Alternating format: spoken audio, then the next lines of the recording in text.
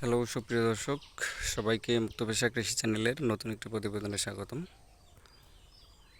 সুপ্রিয় দর্শক বন্ধু, আপনারা দেখতে পাচ্ছেন আমাদের এটি লাউ ক্ষেত।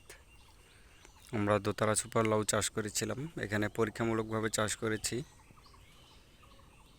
যদিও এখন এই গাছগুলির অবস্থা তেমন ভালো না, আর গাছে এখন ফলও নেই, কারণ লাউ প্রথম এক ধাপে শেষ হওয়ার পর কিছুদিন রেস্ট থাকে গাছ, পরবর্তীতে আবার ফুল জালি হয়, সেখান থেকে আবার নতুন লাউ হবে। তো ক্ষেতের অবস্থা এখনই। তো যেহেতু আমরা এই ক্ষেত্রে থেকে ভালো ফলন পেয়েছি দোতারা সুপার লাউ চাষ করে, তো আমরা সিদ্ধান্ত নিয়েছি এবারে বড় আকারে করার। এখানে এই জমিটা টোটাল হচ্ছে 25 শতকের মতো। তো 25 শতকের মধ্যে 12 থেকে 13 শতকে আমাদের শসা এবং বরবটি চাষ করা আছে, আর বাকি যে জমিটা আছে 10 শতকের মতো, এই 10 শতক জমিতে এবারে আমরা সেই দোতারা সুপার লাউয়ের বাণিজ্যিক চাষ করব। আসলে আমাদের এই দিকেই লাউ চাষ তেমন একটা হয় না।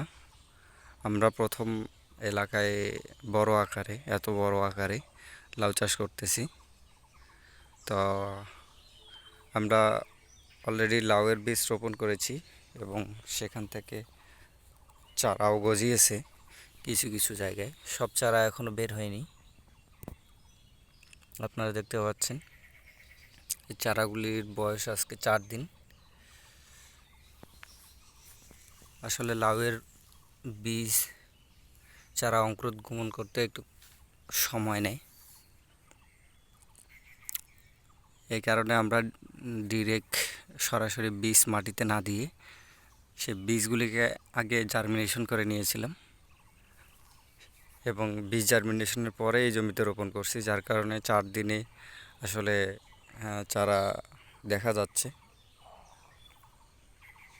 কারণ লাউয়ের যে বীজ এটি খুব শক্ত, এখান থেকে চারা আসলে বের হতে খুব সময় নেয় স্বাভাবিকভাবে। তো আমরা যেহেতু অঙ্কুরোদ্গমন করে দিয়েছি, যার কারণে চারাগুলি খুব দ্রুত সময়ের মধ্যে বের হয়ে গেছে, দেখতে পাচ্ছেন।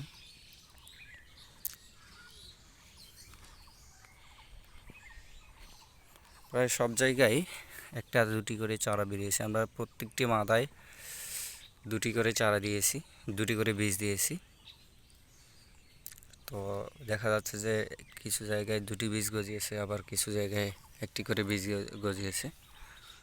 তো আর 1-2 দিনের মধ্যে হয়তো সম্পূর্ণ জমিতেই চারা দেখা যাবে। তো আমাদের লাউয়ের ফলন কীরকম হয়, আমরা কি কি পরিচর্যা করি, সব কিছু এই জমি থেকে আপনাদেরকে জানানো হবে। সবাই